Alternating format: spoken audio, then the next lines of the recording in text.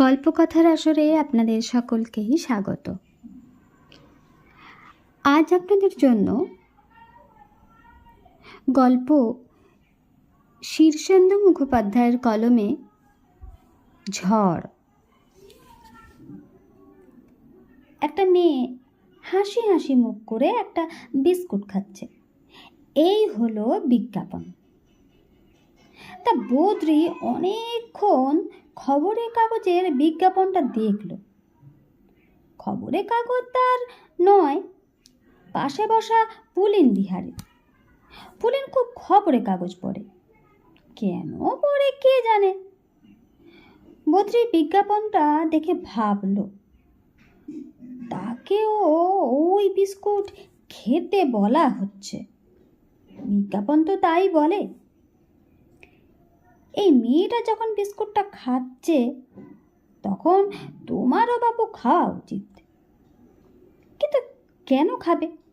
বদ্রি এটাই বুঝতে পারছে না। কোলে রাখা গামছাটা তুলে সে কপালের ঘাম মুছল। গরমটাও পড়েছে বাপ, একেবারে কাঁঠাল পাকানো গরম। যেমন ভ্যাপসা তেমনি চনচনে। রোদ্দুরের মুখে আপডাল দেওয়ার মতো ছেঁড়া কাঁথা কানের মতো একটু মেঘও নেই। আকাশ একেবারে নিকোনো উঠোন।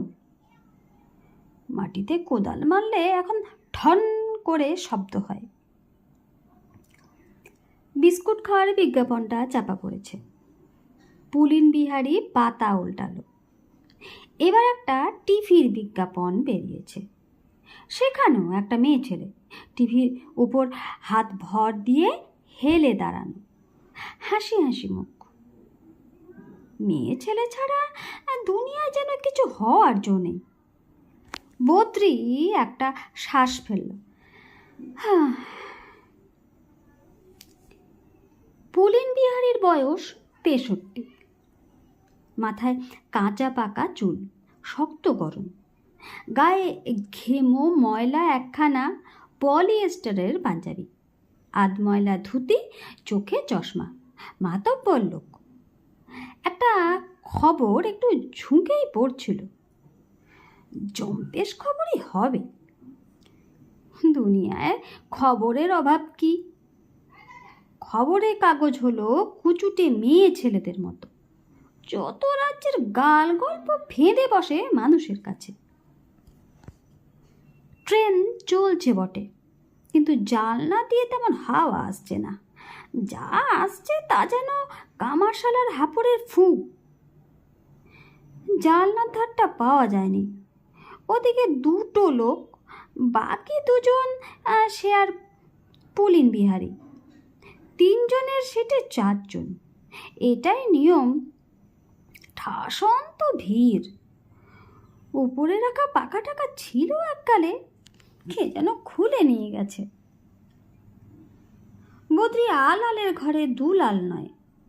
গরমও সয় আর শীতও সয়, তবে মাঠে মাঠে খোলামেলা থাকার একটা রকম আছে। এই যে খাঁচায় পড়ার অবস্থা, এটা তার অভ্যেস নেই। ট্রেনটা একটা আঘাটায় দাঁড়ালো। তাই এরকম দাঁড়ায়। পুলিন বিহারীর বাঁ হাতে ঘড়ি। সে ঘড়ি দেখে নিয়ে বলল, 4টে পৌঁছতে পারলে ফেরার শেষ ট্রেনটা পেয়ে যাব। ফিরতেই হবে, কচি মেয়েটাকে রেখে এসেছি। আহা, কত উতলা হলে চলে? জলে তো আর ফেলে আসিস নি, পিসির কাছেই তো আছে। বিলাসী বুক দিয়ে আগলে রাখে। না ফিরলে চিন্তা করবে। রাতে পিসির কাছে থাকতে চায় না, তার উপর বিলাসীর যা গন্ধ মতন ঘুম। রাতে ভয় খেয়ে পিসিকে ডাকলেও উঠবে না। ঘড়িটা আবার দেখে পুলিন। আর 4টে স্টেশন, তারপরেই নেমে পড়ব। মেরে কেটে 3 মাইল রাস্তা, মনে হচ্ছে হয়ে যাবে। ফেরার শেষ ট্রেন 9:30টায়। যারা দাঁড়িয়েছিল তাদের মধ্যে একজন বলল, 9:20। যাবেন কোথা? মৌলবীর বাজার। অ, দূর আছে।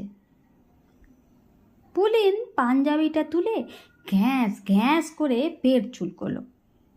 চশমাটা ঘামে পিছলে নাকের ডগায় নেমে এসেছে।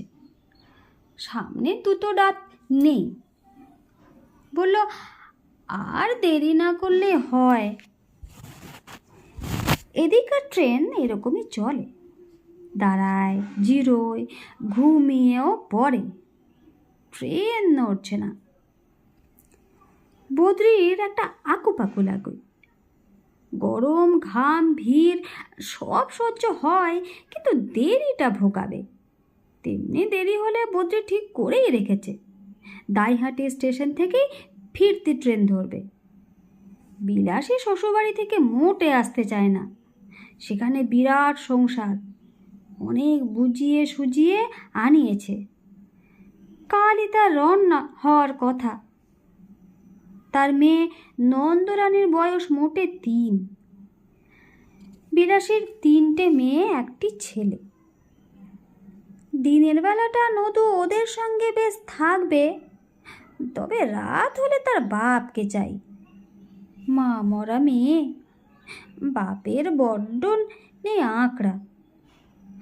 বাপের দিক থেকে একটা একরকম ভাবনা থাকে, আবার মেয়ের দিক থেকেও আরেক রকমের ভাবনা আছে।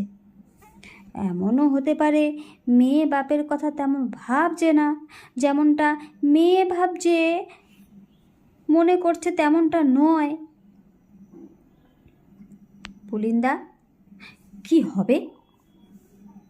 পুলিন একটা ময়লা রুমালে নাক মুছল, চশমাটা ফের নাকে বসিয়ে বলল, অত ভাবছিস কেন? খবরের কাগজটা ভাঁজ করে একটু হাওয়া খাওয়ার চেষ্টা করলো পুলিন। পুলিন বিহারীর পিছু টান তেমন নেই। গায়ের মাতব্বর হলে কি হয়, বাড়িতে বিরাট সংসারে তেমন কেউ বোঝে না। ছেলেরা লায়েক হয়েছে, মেয়েদের বিয়ে হয়ে গেছে।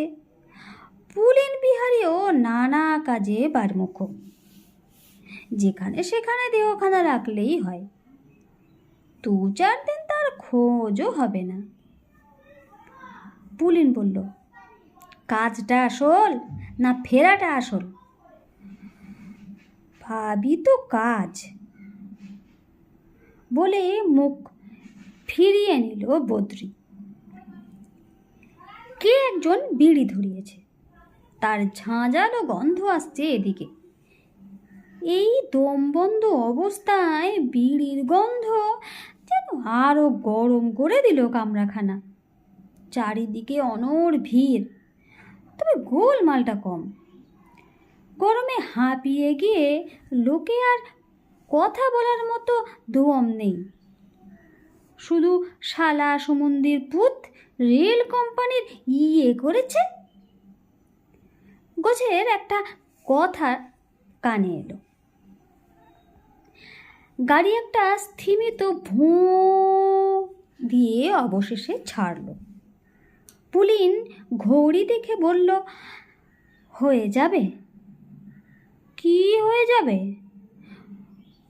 সময় থাকতে হাতে, ভাবিসনি আরও 4টে স্টেশন, তার মাঝে কত কি হয়ে যেতে পারে। পুলিন মুখটা কুঁচকে বাইরের দিকে চেয়ে রইল। আজ রোদটাও উঠেছে। চারিদিকটা যেন স্টিলের বাসনের দোকান হয়ে আছে। পরের স্টেশনটা কাছেই ছিল। থামতেই কিছু লোক নামায় কামরাটা একটু হালকা হলো। জানলার দিকে 2টো লোক উঠল বটে, কিন্তু বদ্রি ওদিকে এগোলো না। তেরছা হয়ে রোদ পড়ছে জানলা দিয়ে। ঝালমুড়ি, শশা আর দাঁতের মাজনে ফেরিওয়ালা হে দিয়ে পড়ে নেমে গেছে। একটা বাচ্চা চাওয়ালা উঠে হাঁক মারছিল। পুলিন বলল, চা খাবি? ও বাবা, গরমে চা? বিষে বিষক্ষয়। আমার দরকার নেই, তুমি খাও। পুলিন চা নিল, চুমুক মেরে বলল, আগে অটোরিকশা সব যেত, রাস্তাটা 2 বছর আগে এমন ভাঙলো যে আর কিছুই যায় না। দেশের অবস্থা যেরকম খারাপ হচ্ছে এটা জানে বদ্রী, তবে তাতে তার বিশেষ আসেও না যায়ও না। সে উদাস তো খেতে পড়ে থাকে, শরীরখানা পাত করে তবে অন্ন জোটে বরাবর। এই অবস্থার ভালোও নেই মন্দও নেই, চলে যায়। খরা বন্যা হলে যা বিপদ। পরের স্টেশনে দুধদার করে লোক নামতে লাগলো। বদ্রী একটু অবাক হলো। পুলিন বলল, আজ হরিপুরের হাট, চৈত্র সংক্রান্তির মেলাও বসেছে কদিন। হরিপুরের জন্যই ভিড়, নইলে এই ট্রেন ফাঁকাই যায়। বড্ডই ফাঁকা হয়ে গেল, গরমটাও যেন খানিক উড়ে গেল খোলা বাতাসে। পুলিন চায়ের ভাঁটটা এতক্ষণ ফেলেনি, হাতে ধরে রেখেছিল। এবার সেটা জানলা দিয়ে বাইরে ছুঁড়ে দিয়ে বলল, তোর কপালটা ভালো বুঝলি, বিয়েটা যদি লেগে যায় দেখবি কপাল খুলে যাবে। ভালো তো লক্ষণ দেখছি না, যাত্রাটাই খারাপ হলো। ট্রেন যা লেট মারছে, স্টেশন থেকেই না ফিরতে হয়। কথাটা গ্রাহ্য করল না পুলিন, বলল, স্বয়ং কাত্যায়নী সংসার বুঝলি তো, এক ছটাক বাড়িয়ে বলা নয়। এ তল্লাটে সবাই জানে। অজাপুর থেকে বউ এলো, 13 বছর বয়স হবে, একেবারে লক্ষ্মী প্রতিমা। গায়ে ঢুকতেই 2 বছরের খরা কেটে বৃষ্টি নামলো, গাছে গাছে ফলন। বউ যেখান দিয়ে যায় যেন লক্ষ্মীর পায়ের ছাপ পড়ে। ভাসুরকে ভাত দিতে গিয়ে বিপত্তি, ঘোমটা পড়ে গেল, 2 হাত জোড়া, ঘি করে। সবাই দেখতে পেল বউ আর 1 জোড়া হাত বের করে ঘোমটাটা তুলে দিল মাথায়। ও গপ্প আগে শুনেছি, বলেছি নাকি তোকে? তুমি বলনি? অন্য এক বউ সম্পর্কে এরকম আর একজন কেউ বলছিল। ও যে এই বইয়েরই গল্প 5 মুখে ছড়িয়েছে, এ তল্লাটে সবাই জানে। তা নয় হলো, কিন্তু সে তো পুরনো কাসুন্দি। তোমার খুড়োর মেয়ে তো আর সে নয়। ওরে, ওনারা যে পরিবারে আছেন সেই পরিবারটাই যাতে উঠে যায় কি না, ওটা একটা ধারা থাকে।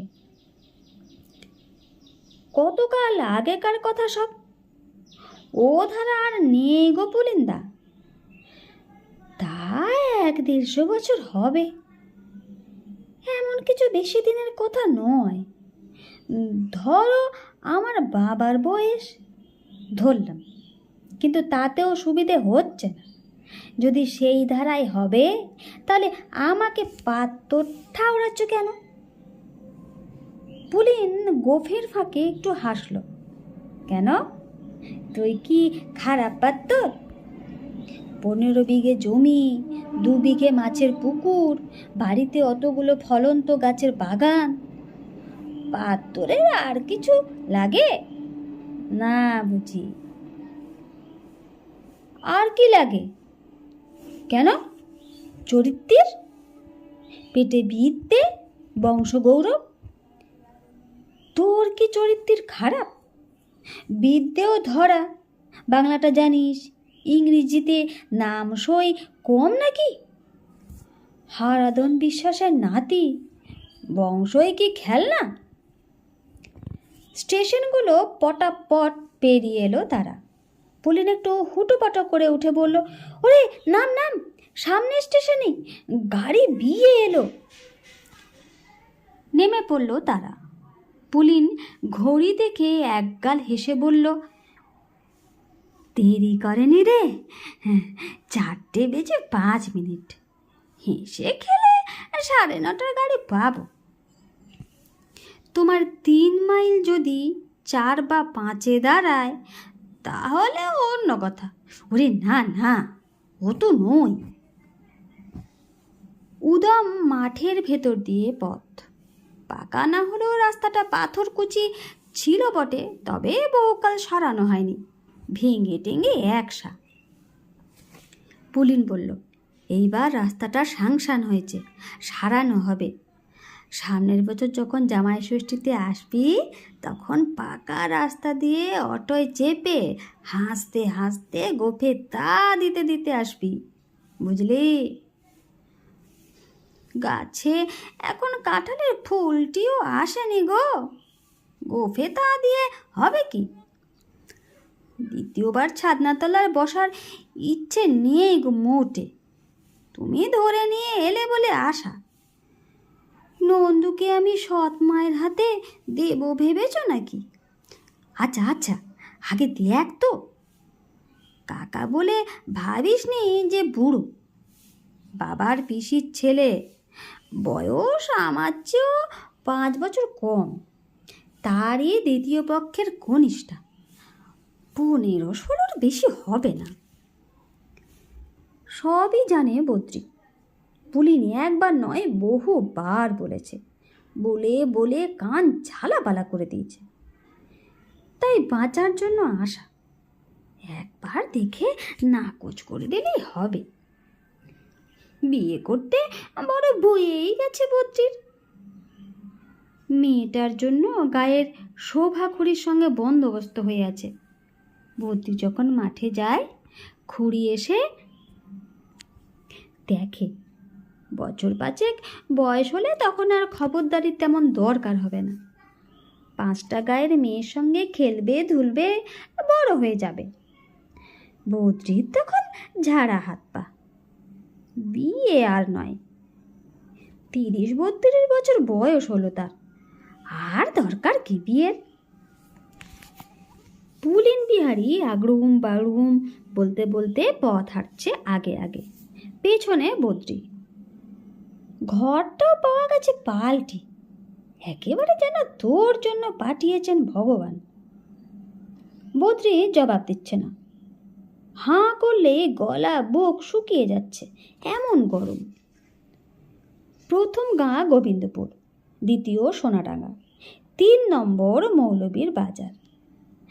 আন্দাজ আছে বদ্রির 3 মাইলই হবে। মৌলবীর বাজার যেন মরুভূমির মতো, মধ্যেখানে একখানা দ্বীপ, বড় গাছপালা চারিদিকে, ধূলি ধূসর ভাবটা নেই। কেন জানিস তো? 27খানা পুকুর আছে, একখানা দিঘি, তার ওপর ইরিগেশনের খাল। এগা একেবারে লক্ষ্মীমন্ত হবে না? স্বয়ং কাত্যায়নী লীলা করে গেছেন। বদ্রির একটু ভয় ভয় করছে, কেন কে জানে। ঘাবড়াচ্ছিস কেন? না, ঘাবড়াবো কেন? মৌলবীর বাজার যে লক্ষ্মীমন্ত গা, এটা মনে মনে স্বীকার করতে হলো বদ্রীনাথকে।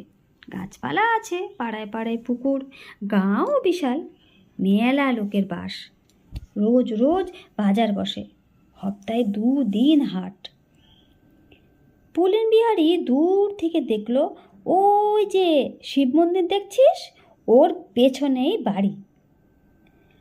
বাড়িখানা পুরনো হলেও ভালোই, পাকা দেওয়াল, মেঝে ওপরে টিনের চাল, মস্ত উঠোন, 3টে ধানের গোলা, সবজি বাগান, নারকেল আর সুপরির গাছ আছে। পুলিন বিহারী হাঁক মারল, কই রে, কোথায় গেলি সব? হাঁক ডাকের দরকার ছিল না, দাওয়াতেই একধারে 2জন লোক বসে গেঁজাচ্ছিল। রোগা কালো পানা একজন লোক উঠে এসে বলল, ও বাবা, ভাইপো যে, এই কাকা বুঝলি, এরই মেয়ে।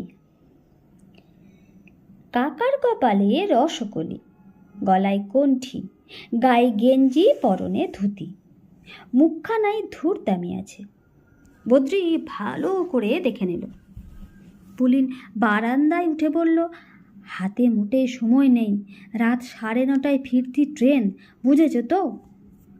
সম্পর্কে খুড়ো হলেও বয়সে কম, ফলে সম্পর্কটা ঘোরালো। খুড়ো কদম দাস বলল, আজই ফেরত যাবে কেন? চৌথ সংক্রান্তিতে মেলা বসিয়েছি, এবার 2 দিন থেকে যাও।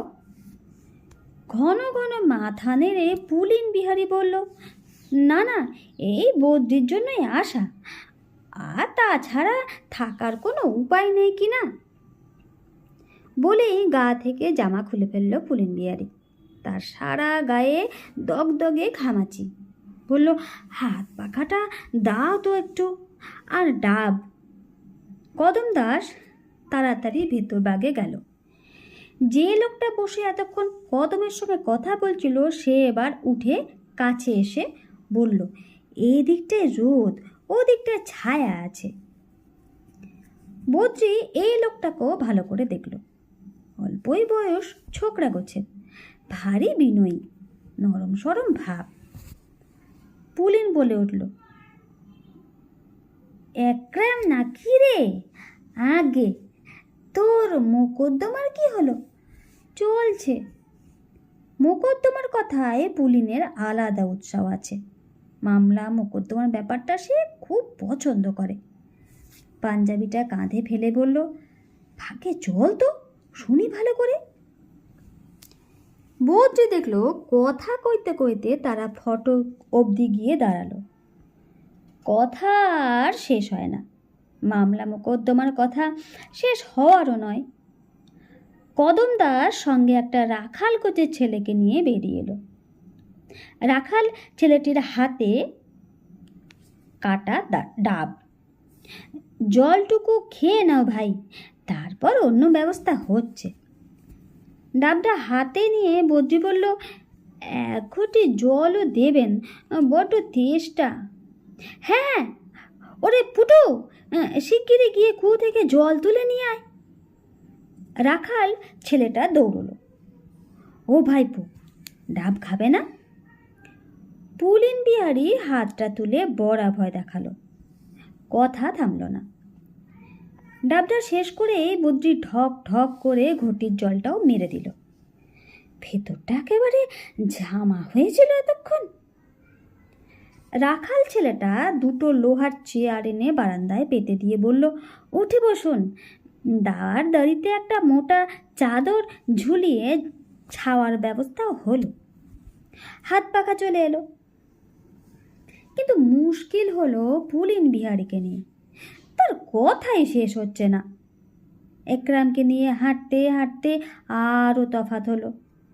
তারপর চোখের আড়াল। কদম দাস বোধহয় ভেতর বাড়িতে খবর দিতে গিয়েছিল। হঠাৎ বদ্রি দেখতে পেল ঘরের দরজায় কিছু মেয়ে মানুষের ভিড় আর ঠেলাঠেলি। 2-4টে কচিকাচাও আছে। বদ্রি আজ দাড়ি কামিয়ে গোপ ছেঁটে এসেছে। গায়ে একখানা সবুজ পাঞ্জাবি, পরনে তাঁতের ধুতি। ঘামে একটু দুমড়ে মুচড়ে গেলেও পোশাক খারাপ নয়। বদ্রি পেছন দিকে আর তাকালো না।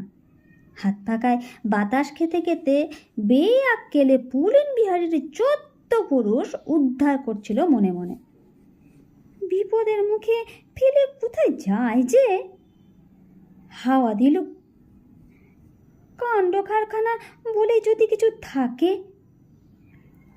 বদ্রিকে একটা লচ্ছর অবস্থায় ফেলে এরকম চলে যাওয়া কি ভালো হলো? রাখাল ছেলেটা একখানা আগাম টুকলো মুখোমুখি পেতে দিয়ে চলে গেল। তাতে এসে বসলেন একজন রোগা মতো বুড়ো মানুষ। তার সাদা গোঁফ, গায়ে গেঞ্জি, গায়ের রং তামাটে। গলায় একটু চাপা কফের শব্দ হচ্ছে, মুখে একটু আপ্যায়নের হাসি। বাবা জীবনের খুব কথা শুনেছি বিপিনের কাছে। এসব কথা জবাবে কি বলতে হয় তা বদ্রি জানে না। তার একবারই বিয়ে হয়েছিল, তাতে মেয়ে দেখার ঝামেলা ছিল না। মেয়ে দেখে রেখেছিল জেঠিমা। দিন ঠিক হলে সেই দিন ক্ষেত থেকে একটু সকাল সকাল ফিরে বরযাত্রীদের সঙ্গে রওনা হয়ে পড়েছিল পাশের গায়ের মেয়ে। ট্যাং ট্যাং বাজনা বাজিয়ে বিয়ে হলো। জোর ঝামেলা ছিল না, টানা 5 বছর সংসার। এই বছর 3 আগে বাসন্তীর কি যে রোগ হলো ধরাই গেল না। পেটে ব্যথা বলে যখন তখন অজ্ঞান হয়ে যেত। ডাক্তার দেখে ওষুধও দিত। তারপর বাড়াবাড়ি হওয়ায় শহরের হাসপাতালে নিয়ে গেল। তখন শেষ অবস্থা।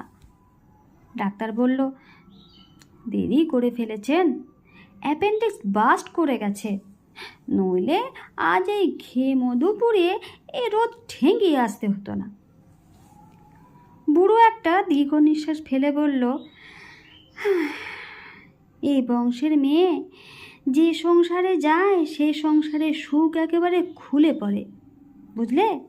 স্বয়ং কাত্যায়নী এ সংসারে এসেছিলেন তো আমার প্রপিতামহের আমলে, বুঝলে? খুব রোখাচোখা পুরুষ ছিলেন, আবার দেবদীর ভক্তিও ছিল খুব। তা আমার প্রপিতামহী এলেন, নামেও কাত্যায়নী, কাজেও কাত্যায়নী। আগে সে গল্প শুনেছি, সবাই জানে কি না এই বংশের খুব নাম। তা তোমার কটি ছেলে পুলে? একটি মেয়ে, 3 বছর বয়স, ভালো হাতে পড়বে, সৎ মা বলে ভাবতেও পারবে না কখনো। খুব ঘামছে বদ্রি। আরও জনা কয়েক এসে আশেপাশে দাঁড়িয়েছে। তাদের মধ্যে একজন বেশ জাঁদরেল চেহারার মহিলা। লজ্জায় সংকোচে তাকাতে পারছিল না বদ্রি। এদিকে ভিড় হওয়াতে বাইরে হাওয়া আসতে পারছে না, গরম হচ্ছে। জাঁদরেল মহিলাই হঠাৎ বললেন, ওরে খুবলো, বাতাস কর না, কত দূর থেকে এসেছে, গরম হচ্ছে। খুবলো একটা বছর 15-16 ছেলে। পাখা নিয়ে টেনে বাতাস করতে লাগলো। উৎসাহের চোটে 2-1 ফটাস ফটাস করে পাখার চাটিও লাগিয়ে দিল মাথায়। মাথাটা একটু নামিয়ে নিল বদ্রি। এরা যে কার কে হয় তা বুঝতে পারছে না সে। বোঝার অবশ্য বিশেষ দরকারও নেই। তার এখন লক্ষ্য হলো রাত 9:20 শেষ ট্রেনটা ধরা। মেয়েটা বাপ ছাড়া থাকতে পারবে কি? জড়গদব অবস্থা। মেয়ে দেখতে এসেছে সে, উল্টে তাকেই হাঁ করে দেখছে সবাই। মাথায় তুলতে পারছে না বদ্রীনাথ। জাঁদরেল মহিলা হাতখানা দেখতে পাচ্ছিল বদ্রী। হাতে শাখা আছে, নোয়া আছে, সধবা। কার বউ কে জানে? কদম দাস ব্যস্ত পায়ে এসে জাঁদরেল মহিলাকে বলল, তোমাদের হলো? এরা সব রাতের ট্রেনে ফিরবে যে। জাঁদরেল বলল, আহা, ফিরবে তো কি, দেরি আছে, 6টা বেজে গেছে কিন্তু। বদ্রের হাতে ঘড়ি নেই। 6টা শুনে তার একটু চিন্তা হলো। 3 মাইল রাস্তা অন্ধকারে হাঁটতে হবে, গাড়িটা পেলে হয়। পুলিন বিহারে ভাব গতিক ভালো ঠেকছে না তার। পুলিনের ফেরার ঠেকা নেই, তার আছে। ভিড়ের ভেতর থেকে আর একটা শাখা পরা কালো আর রোগা হাত এগিয়ে এলো। হাতে কাঁসার রেকাব, তাতে মিষ্টি, সঙ্গে 1 গ্লাস জল। খাও বাবা। খিদে আছে। রেকাবটা হাত বাড়িয়ে নিল বদ্রি, কিন্তু এতজনের চোখের সামনে খাই বা কী করে? এত বড় অসুবিধার মধ্যে পড়া গেল। সে বলল, পুলিন্দা আসুক। কদম ব্যস্ত সমস্ত হয়ে বললে, তাই তো, ভাইপোকে তো দেখছি না, গেল কোথা? ওরে ও পুটু, একটু রাস্তায় গিয়ে দেখ তো বাবা, বড় বেআক্কেলে লোক, ডেকে আন। ছোঁড়াটা দৌড়ে গেল। বদ্রি বসে চুপ করে রইল। হাত পাখা জ্বলছে, তবুও ঘামছে। গামছাটা ব্যাগে ঢুকিয়ে নিয়েছিল, কিন্তু এদের সামনে সেটা আর বার করা যাচ্ছে না, লজ্জা হচ্ছে। পুলিন বেশি দূর যায়নি, এসে গেল। আগর ঠেলে ঢুকতে ঢুকতে বলল, ওরে বাবা, উকিলের উপর ছেড়ে দিলে কি আর মামলা জিতে যায়? তদবির হলো আসল কথা। উকিলের কি, দক্ষিণাটি নিয়ে কথা কয়ে ছেড়ে দেবে, পয়েন্টে দিতে হবে না। ভিড় ঠেলে গন্ধমাদনের মতো বারান্দায় উঠে এলো পুলিন। বলল, এ এ যে বাঁদর নাচের ভিড় লাগিয়েছিস তোরা? সসর বাতাস আসতে দে। তাকেও একটা রেকআপ ধরানো হলো। পুলিন খেতে খেতে বলল, একরামকে জোরালো কয়েকটা পয়েন্ট ধরিয়ে দিয়েছি, খুব খুশি। খাওয়া দাওয়া মিটতেই কদম বলল, এবার যে একটু ঘুরে আসতে হচ্ছে, একটু গরম হবে ঘরে, কিন্তু বারান্দায় তো আর পাত্রী দেখানো যাবে না। পুলিন বলল, আহা, বাইরেই কি কম গরম নাকি? আরে বদ্রি, অত ভাবিস না, 9:30টার ট্রেন ধরতে পারবি। ঘরখানা একটু ছুক্কো আঁধার, জানলা দরজা বিশেষ বড় নয়, তাছাড়া জানলার বাইরে বড় বড় গাছ, একধারে বড় চৌকি বেড কভার দিয়ে ঢাকা। চৌকির পায়ের ধারের বেঞ্চিতে মেলা ট্রাঙ্ক বাক্স থাক দিয়ে সাজানো। একধারে একখানা কাঠের চেয়ার, অন্য ধারে কিছু ছিল না।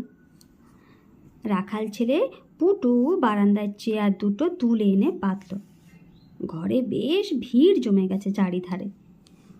বসতেই খুবলো, ফের পাখা চালাতে লাগলো পিছন থেকে। পুলিন বলল, জোরে চালা বাবা, ঘেমে নিয়ে যাচ্ছি। কই গো, আনো মেয়েকে। ওরে বাবা, গেরস্ত ঘরেই তো যাবে, বেশি সাজগোজের দরকার নেই। অন্দরমহলের দরজায় একটু ঠেলাঠেলি পড়ে গেল। মেয়ে আসছে। একটু কেমন ভয় ভয় করছিল বদ্রি। মেয়ের 4খানা হাত বেরোবে না তো? ভিড় ঠেলে যাকে আনা হচ্ছিল তার দিকে বদ্রি চাইতেই পারল না। দেওয়ালে একখানা পাখির বাঁধানো ছবি দেখছিল, হলুদ রঙের পাখি। কি পাখি কে জানে, সুতোর কাজ। ওরে দেখ দেখ, দেখে নে, অন্যদিকে চেয়ে আছিস যে। বদ্রি মাথাটা প্রথমে নুইয়ে তারপরে তুলল। সব মুখে কালো ল্যাপা পোছা দেখাচ্ছিল। বাইরে এতক্ষণ বসেছিল বলে চোখটাও ধাঁধানো, ঘরটাও অন্ধকার। তবু তারই মধ্যে এক জোড়া চোখ তার চোখ আটকালো। এক জোড়া নাকি 3টে? মেয়ের কি 3টে চোখ? যা সব গল্প শুনিয়েছে পুলিন, হওয়া বিচিত্র কি। তবে না, কপালে একটা লম্বাটে বড় টিপ পড়েছে বলে ওই রকম। মুখ চোখের তেমন হদিশ পেল না। হবেটাই কি। ফেরার পথে পুলিনকে শুধু একটা কথায় বলতে হবে, পছন্দ হয়নি। হঠাৎ ঝাঁ করে এক ঝলক ঠান্ডা হাওয়া কোথা থেকে যে এলো কে বলবে। বদ্রির মনটাই আজ নানা অলৌকিকে বাসা বেঁধে আছে। সে একটু চমকে উঠল। এ কি রে বাবা, ঠান্ডা হাওয়া মারে কেন? কে একজন হেঁড়ে গলায় বলে উঠল, ঝড় আসছে। কথাটা শেষ হওয়ার আগে একটা সিংহের গর্জনের মতো মেঘ ডেকে উঠল। সেরেছে। এতক্ষণ লক্ষ্য করেনি বদ্রি। লক্ষ্য করবেই বা কিভাবে, যা ঘিরে ছিল সবাই। পুলিন বিহারি পান চিবোচ্ছে। কোত্থেকে পেল কে জানে, তার খুড়োর বাড়ি, পেতেই পারে। বলল, আসুক বাবা, হাসতে দে, ঘামাচিগুলো মরে তাহলে। 2-4 জন ছিটকে বেরিয়ে এলো। ঝড় এলে গেরস্ত বাড়িতে কিছু সারা তারা থাকে। জান্ডেল মহিলা বলল, ও কাতু, অমন মাথা নুয়ে আছিস যে, মুখটা তোল, ভালো করে দেখুক, নইলে পছন্দ হবে কি করে। না, মিঠে হাওয়াটা বন্ধ হলো না, বরং বাড়ল। আশ্চর্যের কালবৈশাখী কত তাড়াতাড়ি আসে তা বদ্রি আর 5জন চাষির মতোই জানে। দম ফেলার সময়টুকুও দেয় না। করাত করাত করে দুটো বাজ পড়ল, আর মুঠো মুঠো ধুলো উড়ে এলো বাতাসে। ঝপ ঝপ জানলা দরজা বন্ধ করছিল সবাই। একটা হুড়াহুড়ি। পুলিন বলল, ওরে আসতে দে, আসতে দে, এই যে সূচিবেদ্ধ করে ফেললি বাপ। বাস্তবিকই দরজা জানলা বন্ধ হওয়ার পর ঘরখানা জম্পেশ অন্ধকার হয়ে গেল। হঠাৎ বাইরে তুমুল গর্জন করে একটা ঝোড়ো হাওয়ার ছটকা। টিনের চালে মটমট শব্দ করে গেল। 2 নম্বর ঝটকায় দরজাটা উঠল মরমর করে। তারপর একেবারে হুহুমকারে কেঁপে উঠল চারিদিক। বাইরে চেঁচামেচি, দৌড়োদৌড়ি, ঠাস ঠাস কপাট জানলার শব্দ। ঝড়ের গর্জনে ঘরের ভেতরে কথাবার্তাও চাপা পড়ে গেল। কানে তালা ধরিয়ে বাজ পড়ল কোথাও, খুব কাছেই। বদ্রির অবশ্য ভয় নেই। প্রতিবারই খোলা মাঠে এই ঝড়ের সঙ্গে তার 2-4 বার দেখা হয়। ঘরে বসে সে শুধু শব্দটা শুনে তাণ্ডবটা কীরকম তা আন্দাজ করছিল। বেশি বাড়াবাড়ি হলে ট্রেনটা পিছলে যাবে। আচমকাই ফের মনের ভুল, নাকি চোখের বিভ্রম। পরিষ্কার দেখল সে একটা নয়, দুটো নয়, তিনটে চোখ অন্ধকারে 3টে ফিদিমের শিখার মতো জ্বলছে, স্থির। না, আজ তার মাথাটাই গেছে। কোথায় কি? ঘর যেমন কি তেমন অন্ধকার। তার মধ্যেই পুলিন জ্বালালো টর্চ। পাত্রের চেয়ার ফাঁকা। উঠে গেছে কোন ফাঁকে। ঘরের ভিড়ও পাতলা হয়ে গেছে। সেই বুড়ো জানজেন মহিলা আর কদম দাস দাঁড়িয়ে আছে। পুলিন বলল, এ তো মহা মুশকিল হলো রে, যাবি কি করে? 5-10 মিনিটের বেশি তো আয়ু নয়, থেমে যাবে, বদ্রি বলল। সে যাবে, কিন্তু রাস্তাটার কি অবস্থা হবে জানিস? একটু হাসলো বদ্রি। সে হেলে চাষা, জল কাদা ভেঙে চাষ, এসব বাবু ঘেঁষা কথা শুনলে মায়া হয়। ঝড়ের তারস বাড়ল। বৃষ্টিটা এখনো শুরু হয়নি। কদম দাস বলল, আমের বোলগুলো সব গেল। পুলিন বলল, যাই যাক, তবু ঠান্ডা হোক। চাষবাস লাটে উঠতে বসেছিল। তা বটে। চালের টিন ধরে টানাটানি করছে ঝড় বাবা জীবন। ওপাড়ার আর কি। কদম দাস ঊর্ধ্বমুখে চেয়েছিল। চালের নিচে কাঠের পাটাতন। পাটাতনের রাজ্যের জিনিস। এ ঘরে না হলেও অন্য ঘরের কোনো টিন মরাত করে উল্টে গেল বটে। বিকট শব্দে সেটা পড়ল কোথাও। 2টো গাছ ভেঙে পড়ার শব্দ হলো পরপর। সুপুরি আর জাম গাছটা গেল। কদম দাস মুখ শুকনো করে বলল। পুলিন টর্চটা নিভে বলল, বদ্রি। বদ্রি বলল, ঘড়িটা দেখো পুলিনদা, 6:32। টাইম দেখে হবেটা কি? ঝড় না থামলে তো নড়ার উপায় নেই। এরপর খানিকক্ষণ কথাবার্তা বন্ধ। তারপরই বৃষ্টিটা এলো। প্রথম চড়বড়ে কয়েকটা ফোঁটা, তারপর তুমুল, তারপর মুষলধারে। বদ্রি চুপ করে বসে রইল। বাইরের ঝড় বৃষ্টি বা মেয়ের চিন্তা, শেষ ট্রেন, কোনো কথাই ভাবছে না সে। ভাবছে ফুল দেখল। কি দেখল সে? কায়ত্তায়নের গপ্প তো গপ্পই, ওরকম অনেক রটনা হয়। তাহলে এইরকম ধারা হচ্ছে কেন? বুড়ো মানুষটি হঠাৎ বলল, সুলক্ষণ। পুলিন বলে, কিসের সুলক্ষণ? এই কাল বৈশাখীর কথাই বলছি।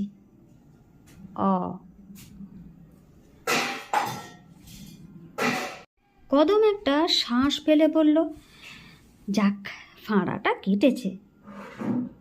গোয়াল ঘরের একটা টিন গেছে, তা যাক। বদ্রি বসে আছে চুপচাপ। তার যেন আর তাড়া নেই, গেলেও হয় না গেলেও হয়। তাড়াটা এলো পুলিনের দিক থেকে। ওরে ওঠ, 7টা বাজে যে। ঝড় থেমেছে, বৃষ্টিটাও ধরে এলো। টিনের চালে এখন শুধু মিঠে রিমঝিম। বদ্রি উঠল। কদম দরজাটা খুলে দিয়ে বলল, চললেন তাহলে? কষ্ট পেয়ে গেলেন একটু, যেতেও কষ্ট আছে, জল কাদা। বদ্রি বলল, ও কিছু নয়। দাওয়ায় পা দিয়েই বুঝলো সামনের অন্ধকারের মেলা লণ্ডভণ্ড কাণ্ড হয়ে আছে। গাছ পড়েছে, ডাল ভেঙেছে, মেলা চাল উড়ে গেছে। লোকজনের চেঁচামেচিতে শোনা যাচ্ছে খুব আতঙ্কের গলা। টর্চ জেলে হাঁটতে হাঁটতে মাঠ পেরোচ্ছে দুজন। চারিদিকে বিশাল অন্ধকার মাঠ, ভেজা বাতাস বইছে, জলে কাদায় পিছল পথ। অবদ্রি, কিছু বল। কি বলবো? পছন্দ হলো? বদ্রি কিছুক্ষণ চুপ করে থেকে বলল, পছন্দ না হয়ে উপায় আছে? নমস্কার।